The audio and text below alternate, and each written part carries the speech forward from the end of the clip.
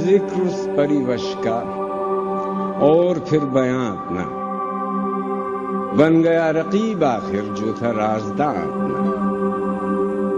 منظر ایک بلندی پر اور ہم بنا سکتے، عرش سے ادھر ہوتا کاش کے مکان اپنا۔ درد دل لکھوں کب تک، جاؤں ان کو دکھلاؤں انگلیاں فگار اپنی، خامخوں چکا اپنا۔ ہم کہاں کے دانا تھے، کس ہنر میں یکتا تھے، بے سبب ہوا غالب دشمن آسماں اپنا۔ جور سے باز آئے پر باز آئیں کیا، کہتے ہیں ہم تجھ کو منہ دکھلائیں کیا۔ رات دن گردش میں ہیں سات آسماں، ہو رہے گا کچھ نہ کچھ گھبرائیں کیا۔ لاگ ہو تو اس کو ہم سمجھیں لگاؤ، جب نہ ہو کچھ بھی تو دھوکا کھائیں کیا۔ ہو لیے کیوں نام بر کے ساتھ ساتھ، یا رب اپنے خط کو ہم پہنچائیں کیا۔ پوچھتے ہیں وہ کہ غالب کون ہے، کوئی بتلاؤ کہ ہم بتلائیں کیا۔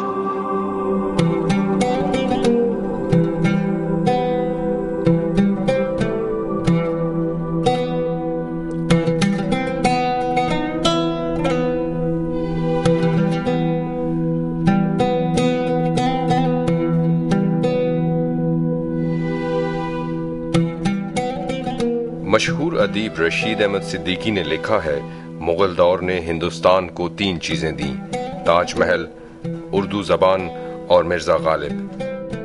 مغلوں نے پہلے تاج محل بنایا، پھر اردو زبان کی بنیاد ڈالی، یہاں تک کہ تاج محل کی جمالیاتی حقیقت اور اردو کی قوت اظہار غالب میں آ کر مکمل ہو گئی۔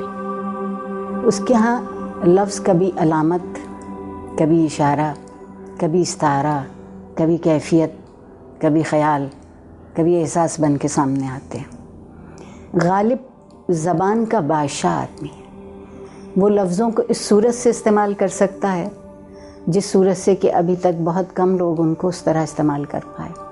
اور رنگ دیکھیے تو زندگی کی جتنی مختلف کیفیتیں ہیں، احساس کی جتنی کروٹیں ہیں، خیال کے جتنے زاویے ہیں، وہ دراصل مختلف رنگ ہیں۔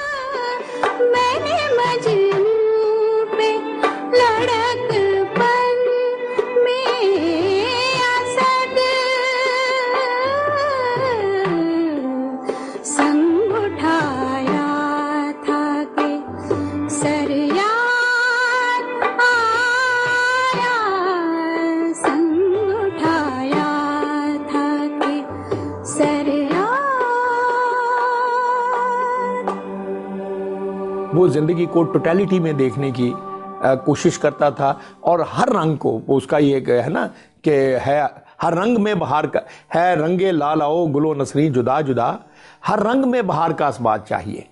تو یہ جو ہر رنگ میں بہار کا اثبات ہے، یہی چیز ہے کہ غالب کے یہاں آپ کو ایک ڈائیورسیفیکیشن ایسی نظر آتی ہے کہ وہ بیک وقت 2 حدوں پر بات کرتا نظر آتا ہے، لیکن دونوں حدوں پر جب وہ بات کرتا ہے تو اس کی بات میں ایک قوت ہوتی ہے، ایک دلیل ہوتی ہے اور ایک کشش ہوتی ہے۔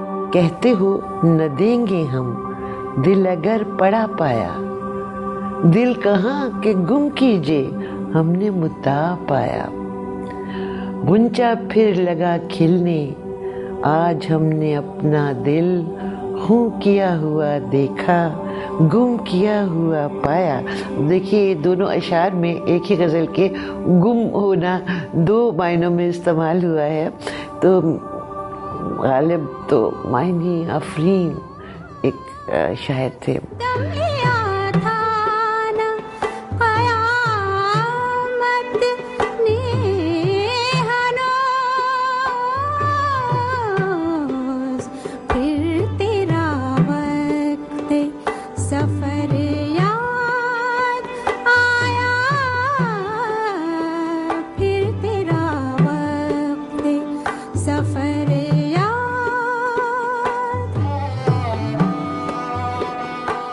ہر تہذیب کے باطن میں ایک قوت ضرور ہوتی ہے جو اسے سنبھالنے کا کام بھی کرتی ہے اور اسے بدلنے کے قابل بھی بناتی ہے۔ ہماری تہذیب کی یہ قوت اگر کسی ایک شخص میں مجسم ہوئی ہے تو وہ مرزا اسد اللہ خان غالب ہیں۔ بحیثیت ایک انسان کے جو ان کی فکر ہے، جو ان کی شاعری میں بھی دکھائی دیتی ہے اور ان کی نثر میں بھی، میں بر صغیر کا پہلا ماڈرن انسان سمجھتا ہوں کہ جس نے یہ سمجھا کعبہ میرے پیچھے ہے، کلیسا میرے آگے۔ یہ کلیسا کوئی چرچ کا نام نہیں ہے، بلکہ کلیسا اس وقت انہوں نے ماڈرنٹی اور جدت جو آ رہی ہے اقدار میں بھی اور زندگی کی طرز میں بھی، اس کی بات کر رہے تھے۔ تو بہت جگہ ہم کو محسوس ہوتا ہے کہ ماڈرن آدمی کی پہچان کیا ہے۔ ماڈرن آدمی کی پہچان یہ ہے کہ وہ سوال کرے، وہ جو اسے دے دیے گئے ہیں یقین یا خیالات یا نظام، وہ انہیں ویسے کہ ویسے بغیر سوال کے تسلیم نہ کرے۔ ہر بات پہ اس کی ایک تشکیک بھی ہونی چاہیے، تحقیق بھی ہونی چاہیے۔ غالب کے مزاج میں آپ کو وہ ہر ایک بات پہ کہنا کہ یوں ہوتا تو کیا ہوتا۔ نہ تھا کچھ خدا تھا، کچھ نہ ہوتا تو خدا ہوتا، ڈبویا مجھ کو ہونے نہ ہوتا میں تو کیا ہوتا۔ ہمارے تہذیبی اور جمالیاتی ماضی کا وہی حصہ حال بننے کا مستحق ٹھہرا جسے غالب نے قبول کر کے اس پر کچھ اضافے کر دیے۔ مرزا غالب کا اردو میں وہی جگہ ہے جو ہندی کویتا میں کبیر کی ہے۔ جیسے کبیر کے دوہے اور کبیر کی لکھی ہوئی باتیں ہندوستان کے سائیکی میں اور باتوں میں شامل ہو گئی، وہ بنا جانے بھی لوگ کبیر کو کوٹ کیا کرتے ہیں۔ ویسے ہی مرزا غالب کے بھی اردو میں حالات ہیں، تو ہندوستان کی سائیکی میں وہ کم و بیش شامل ہے، جیسے رامائن شامل ہے، جیسے مہابھارت شامل ہے، جیسے کبیر شامل ہے، جیسے رحیم شامل ہے، ویسے ہی غالب بھی شامل ہے۔ کیونکہ جس ہیومن رینج کو غالب نے لکھا ہے، چاہے وہ وقت کی مشکل ہو، چاہے وہ اپنا ایگو ہو، چاہے وہ دوری ہو، چاہے وہ ملن ہو، ہر چیز کے بارے میں غالب نے پوری ہیومن رینج آف ایموشن کور کر دی۔ اور خاص کر اگر آپ دیکھیے، وہ ایک الگ سا اس میں کانشیسنس کے لیول پہ بھی بہت ہائی تھا۔ خاص کر وہ شعر بازیچہ اطفال ہے دنیا میرے آگے، ہوتا ہے شب و روز تماشا میرے آگے، یہ تو کانشیسنس کا سپریم ہے کہ اگر آپ دنیا کا شب و روز کا تماشا دیکھنے کے عادی ہو جائیں تو آپ پار ہو جائیں گے۔